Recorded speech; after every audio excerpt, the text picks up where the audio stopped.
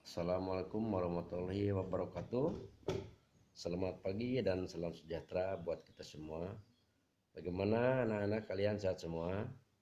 Ya, Bapak mengharapkan kalian membiasakan hidup sehat untuk mencegah hal tidak diinginkan sesuai dengan situasi sekarang, yaitu merebaknya virus corona.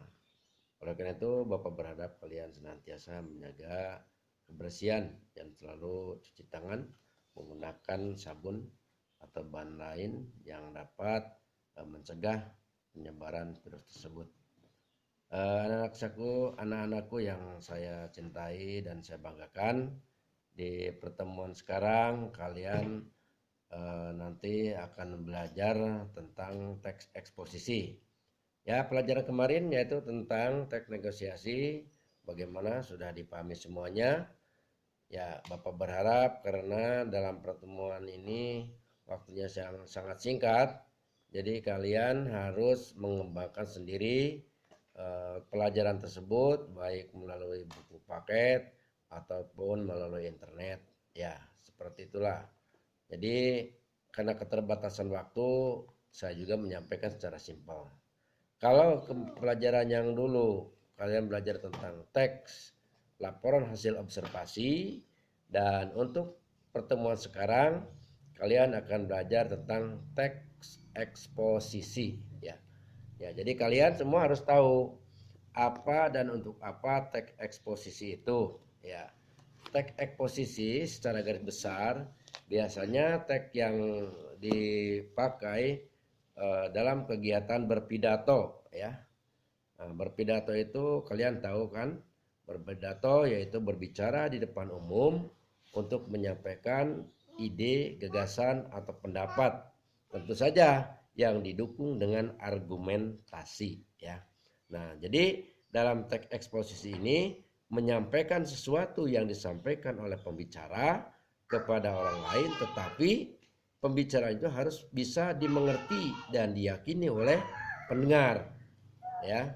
Nah, maka dalam teks eksposisi ini ada beberapa hal yang perlu kalian ketahui ya, yaitu di dalam teks eksposisi harus adanya argumentasi di dalamnya. Nah, argumentasi ini tentu saja harus berupa fakta ya. Kalian tahu fakta kan? Ya, fakta itu sesuatu yang tidak diragukan lagi kebenarannya. Selain fakta juga ada opini. Ya, opini artinya sesuatu yang belum atau masih diragukan kebenarannya. Nah, dalam menyampaikan fakta dan opini ini dalam argumentasi harus ditulis dalam bentuk kalimat fakta ataupun kalimat opini. Nah, kamu juga harus tahu ya bagaimana struktur teks eksposisi ya.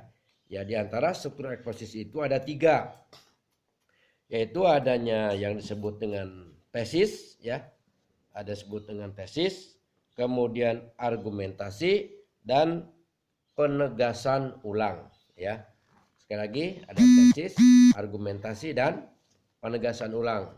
Yang dimaksud dengan tesis yaitu pernyataan pendapat ya, atau bagian pembuka dalam teks eksposisi yang berisi pendapat umum ya. Kemudian yang dimaksud dengan argumentasi ya, ini adalah bagian pembuka dalam eksposisi yang berisi pernyataan umum ya atau pendapat umum yang disampaikan penulis terhadap permasalahan yang sedang disampaikan. Kemudian penegasan ulang yaitu penjelasan kembali apa yang disampaikan ke dalam tesis. Nah, seperti itulah tuh struktur daripada teks eksposisi ya. Yang jelas dalam membuat teks eksposisi ini ya, gagasan-gagasan atau ide-ide itu harus didukung oleh argumen. Contoh argumen yang seperti ini. Misalnya, untuk mencegah tertularnya virus corona, senantiasa kita harus menjaga kebersihan. Di antaranya menjaga jarak, kemudian membiasakan mencuci tangan dengan bersih, kemudian menggunakan masker. Nah, itu salah satu argumen apabila kita berbicara kepada orang lain bagaimana agar kita tidak tertular oleh virus corona, dan diantaranya seperti itu. Ya, kemudian untuk membuat teks eksposisi yang lebih lengkap lagi, maka kalian harus mempelajari terlebih dahulu terutama topik yang akan disampaikan ya. Topik yang akan disampaikan. Karena secara garis besar kita menyampaikan teks eksposisi itu berdasarkan dari topik terlebih dahulu. Misalnya ada sebuah topik yang berjudul atau berbunyi cara bukan cara, maksud saya bagaimana mengatasi jangan sampai terjadi adanya bencana alam. Nah, faktornya kan banyak ya, faktor bencana alam itu banyak. Bencana atau disimpulkan topiknya bencana alam terjadi karena perilaku manusia. Nah, di situ perlu kembangkan apa saja penyebab-penyebab yang terjadinya bencana alam yang dilakukan oleh manusia ya. Nah, itu perlu dikembangkan lagi, maka di situ akan timbul argumen-argumen yang akan kalian peroleh sehingga kalian bisa menyajikan, oh berarti dengan seperti ini ya bisa menjadikan sesuatu bahaya atau bencana. Kemudian pencegahannya bagaimana? Nah, kira-kira seperti itu ya. Ya walaupun singkat, tapi Bapak berharap kalian bisa nanti membaca kembali teks eksposisi, misalnya bahaya narkoba. Lihat di buku paket halaman 65. Saya kira cukup sampai di sini dulu.